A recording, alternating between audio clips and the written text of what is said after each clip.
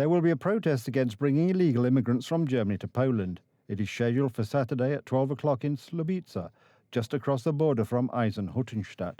Germany confirms. In just a few days, they will start bringing migrants to Poland by bus. According to the German regional newspaper, MOZ, talks are currently underway with the Polish government about the details of the operation. Bus transport to the relevant Polish offices, also inland, is possible. This would make more sense than escorting the refugees to the bridge over the Oder and leaving them alone. But the Polish opposition is protesting.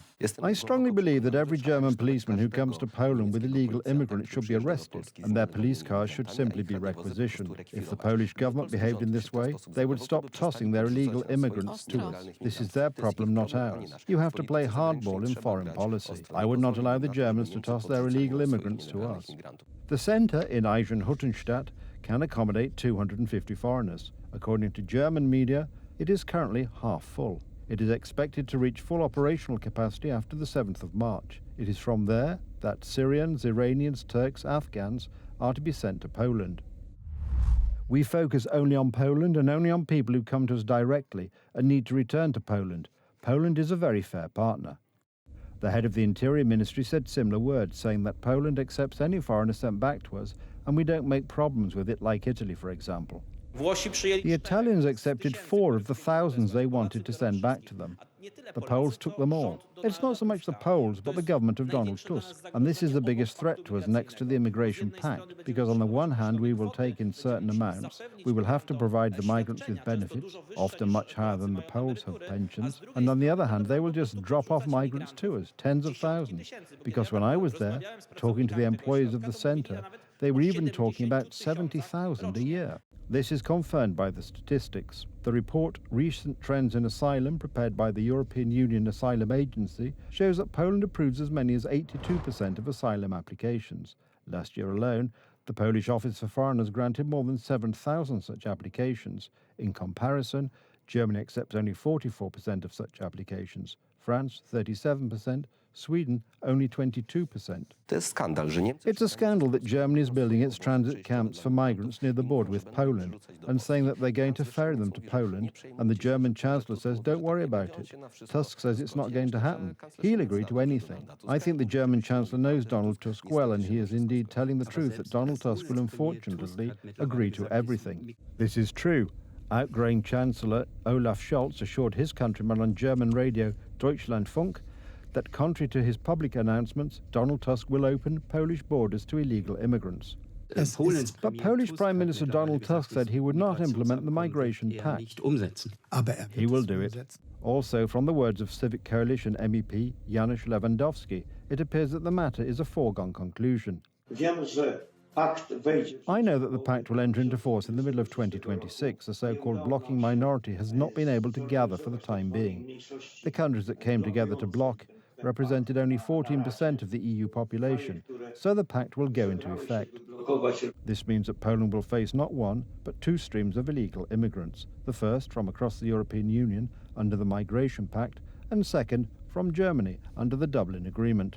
If the government starts letting illegal immigrants into Poland, I have a ready-made solution. I will use all the prerogatives of the President of Poland to defend the Polish border, dear ones. And secondly, under the authority of the Office for Foreigners, I will create a special new institution, the Office for Combating Illegal Immigration. This, however, will be possible only after Karol Nawrocki wins the presidential election. Earlier, because this Saturday at noon in Słubice, just across the border, there will be a protest against the admission of immigrants from Germany. It will be, above all, a tough protest, one that will show that Polish society is determined to defend its own border. I would like to take this opportunity to say to Poles that if we do not take these tough actions today, the future of our families and our children is in black colours. The mayor of Słubice, Marzena Słodownik, does not want to agree to the protest. In her opinion, it would cause great difficulties in the area of the border. But, as the organisers emphasise, the protest will take place anyway.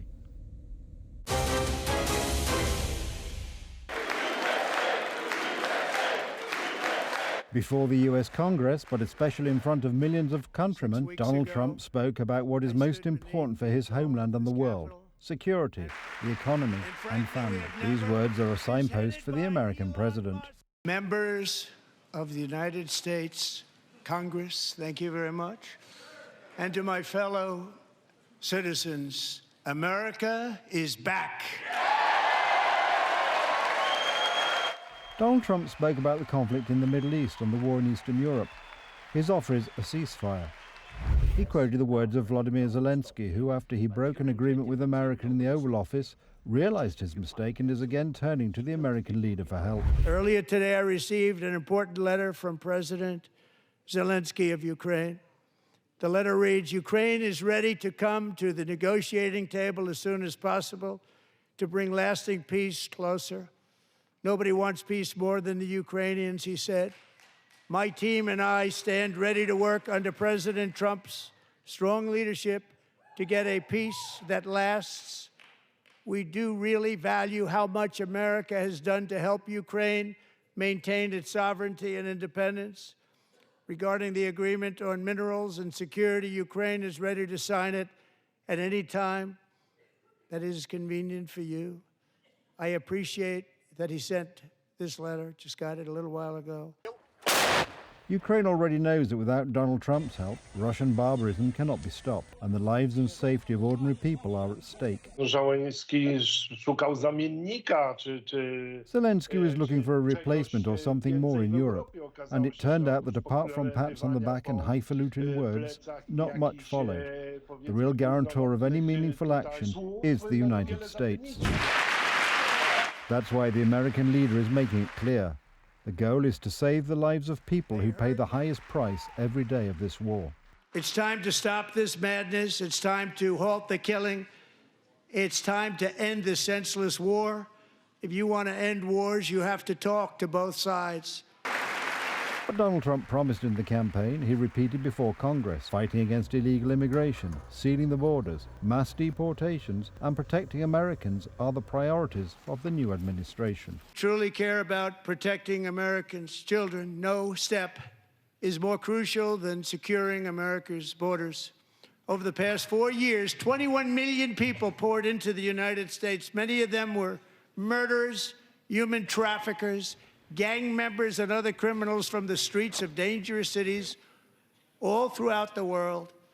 Because of Joe Biden's insane and very dangerous open border policies, they are now strongly embedded in our country, but we are getting them out and getting them out fast. Republicans are putting the most important values back in their place. Gospodarka, rodzina, generalnie rzecz biorąc to, co nazwalibyśmy The economy, the family, generally what we could call the old America is coming back. America is going back to its roots, and the America that was a model for many countries, and especially European countries, is coming back. The Democrats do not like the new order in America. Democrats have tried to disrupt Donald Trump's speech. The most aggressive of them was even removed from the chamber. And the American president spoke, among other things, about rebuilding an economy ruined by 4 years of liberal rule. Among my very highest priorities is to rescue our economy and get dramatic and immediate relief to working families.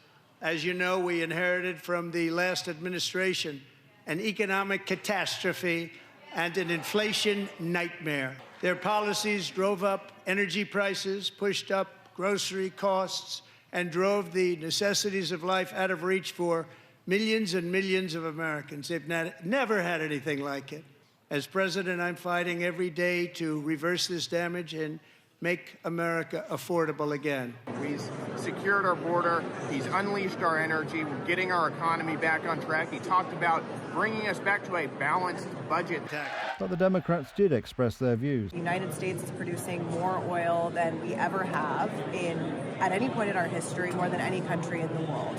What we need to do is actually become a leader in clean energy and compete with our adversaries around the world. And that's not what this administration is doing by pulling us out of the Paris Climate Agreement, by rolling back environmental protections. But this is exactly the kind of America, strong and resolute, betting on core values, that Donald Trump's countrymen expect today. Ta przemowa była wyliczeniem pasma sukcesów Donalda Trumpa. During the speech, Donald Trump listed a string of his successes and responses to his entire program on which he ran for the election. But most importantly, and this must be emphasized, he is implementing it very strongly.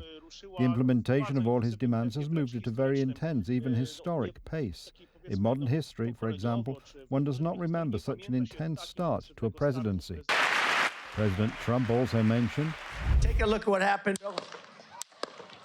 the attempt on his life during a meeting with voters in Pennsylvania. I believe that my life was saved that day in Butler for a very good reason.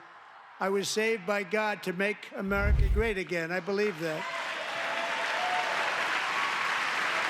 Thank you. And as the American leader emphasizes, these are not just words. My fellow Americans, get ready for an incredible future because the golden age of America has only just begun. It will be like nothing that has ever been seen before. Thank you, God bless you, and God bless America.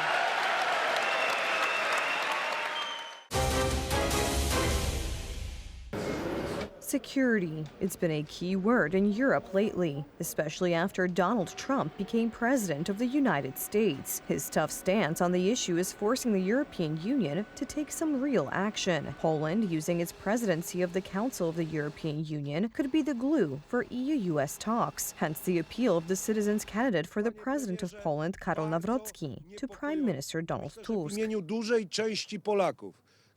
On behalf of a large part of the Polish people, I would like to appeal to the Prime Minister to take it upon himself to convene the European Union United States Summit in Poland. This is what our security and the security of all of Central Europe requires. Leaders of other countries are calling for a similar summit, including Italian Prime Minister Giorgia Meloni. There is no initiative on the part of the Polish presidency. We have been waiting for many years to be able to implement our international policy, also in the area of security, and for Poland to become a leader of the EU in relations with the US and NATO. There is no better moment for Poland than the one today. However, Donald Tusk's proactiveness on this issue is in question. No one in Europe reckons with this government, and even a proposal that will be good for our homeland, it will have to be let go of because it hasn't come out of that political camp.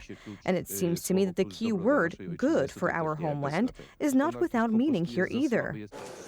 Hardly surprising, since the current prime minister during the election campaign spoke badly about the current leader of the world's biggest superpower. Donald Trump probably does not particularly trust Donald Tusk.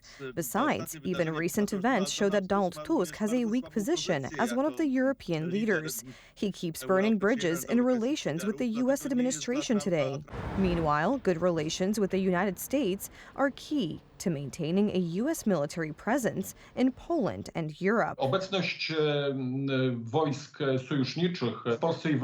presence of allied troops in Poland and Europe is key to deterring and repelling any kind of threat that might arise. Thank you very much. Donald Trump, however, is making demands. Europe itself must also take care of its own security. That's why the president of the European Commission, Ursula von der Leyen, announced a 5-point plan to rearm Europe with up to 800 billion euros for defense. The real question in front of us is whether Europe is prepared to act as decisively as the situation dictates, and whether Europe is ready and able to act with speed and with the ambition that is needed. A key element of the rearmament plan by the European Commission is the fund. The Commission will borrow from the markets, and the EU budget will be the guarantee. A vote on the issue is expected to take place Thursday. The legislation will be adopted by majority vote. This is to avoid a potential veto. We are in an era of rearmament, and Europe is ready to massively boost its defense spending, both to respond to the short-term urgency to act and to support Ukraine, but also to address the long-term need to take on more responsibility for our own European security. Wreszcie się Europa obudziła, ale obudziła się dlatego, Finally, Europe has woken up, for the reason that this proverbial bear has woken it up, as there will no longer be funding exclusively from the US, so to say, and European countries must get to work. As late as 2023, more than a year after the outbreak of full-scale war in Ukraine, only 10 European NATO members were contributing the required 2% of GDP to armaments. Poland was in the lead. Below that threshold were France, the Netherlands, Germany, and Belgium, among others. During the United Right government, the Polish military significantly increased in size, and the Polish Ministry of Defense signed contracts to purchase modern equipment, including HIMARS launchers, F-A-50 aircraft, and Abrams and K-2 tanks. Poland's investments were described by the British Times as follows. Poland is conducting the fastest and most ambitious program to expand its armed forces, the likes of which have not been seen in continental Europe for decades. Now the European Union wants to move in the same direction. The question is whether it's not too late.